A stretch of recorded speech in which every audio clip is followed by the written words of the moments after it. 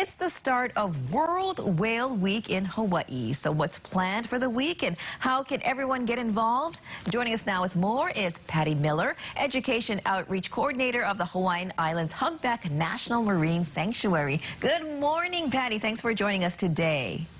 Good morning, and what a tongue twister, World Whale Week. Yes, and I'm going to say it again. So what is World Whale Week and World Whale Day? Well, World Whale Day was established in the 1980s as to be a day to celebrate the whales, and it occurs every year now on the third Sunday of February. And we expanded that, though, not just one day to celebrate the whales and learn about them, but we celebrate now World Whale Week, and this happens worldwide again. Here in Hawaii, as you know, we've got lots of humpback whales. They're awesome. I'm located on Maui, and we're seeing tons of these whales over here right now, which is really cool. But it's a week where we try to educate folks about the whales, you know, some of the issues they face, how our scientists are going out to protect them, and just to take care of these awesome critters that are really important to our ocean. Let's talk more about the issues that they face and some of the main threats to the humpback whales these days. You know, here in Hawaii in particular, number one is entanglement. We have vessel strikes, which are totally unintentional, but those whales pop up out of the water and the boat comes along. So vessel strikes, it's encouraging the boats to go slowly and look for the whales. We have vessel harassment, which some of that is just some of the folks wanting to get up close, get that great picture of the whale, and approaching too closely, and especially when it's a mom with a calf, can interfere with them. And then some with underwater noise. But, you know, one of the main things they see here is entanglement.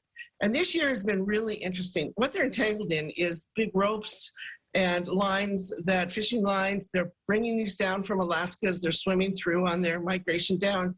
And in the last couple of weeks here in Hawaii, we've had several sightings of this. There's actually been 14 whales that have been sighted that are entangled. 7 of them were confirmed, which means our guys were able to go out, get up fairly close to these whales, confirm that they had ropes entangled either through their mouths or on their pec fins or their tails. 1 they were able to completely free. 1 they partly freed. The other 5 are still out there waiting to get freed. If that can happen, they need to find them again. And unfortunately, well, they've actually removed 2,500 feet of line already this year. That's a lot, a rope and line entangled on these guys.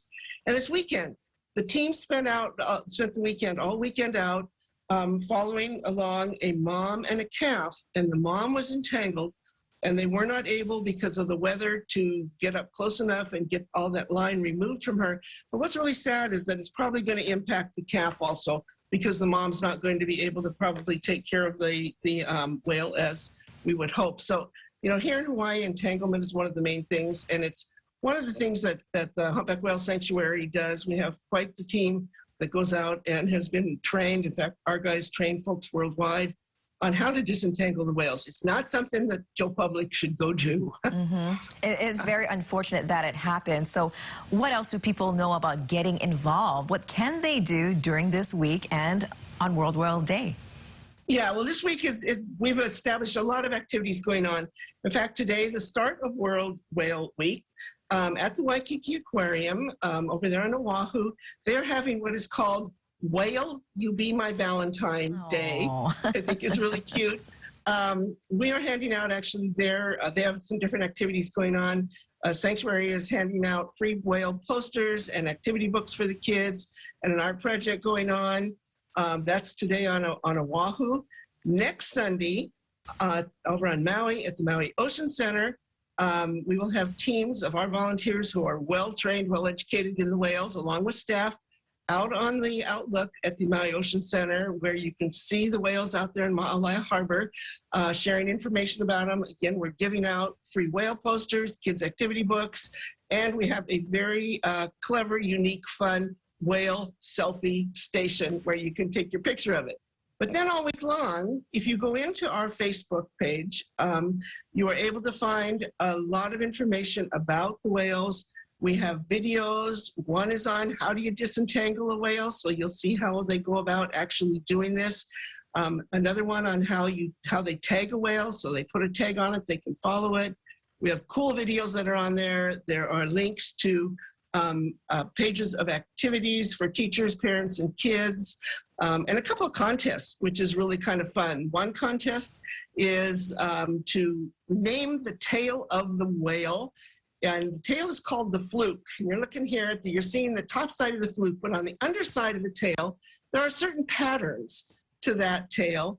And that pattern is the fingerprint of the whale. And so what they do is take pictures of that tail, they record that, and that's how they're able to identify that whale from the others. And one way they can count how many whales are there. So we have a little contest going on where you can get involved to help come up with the right name that goes along with the images that are on that tail. Very fun. Also, a lot of fun activities going on. So, yes. Yeah, a lot of good stuff for World Whale Week. So we appreciate you joining us. So much to talk about. But thanks again, and happy World Whale Week to you, Patty.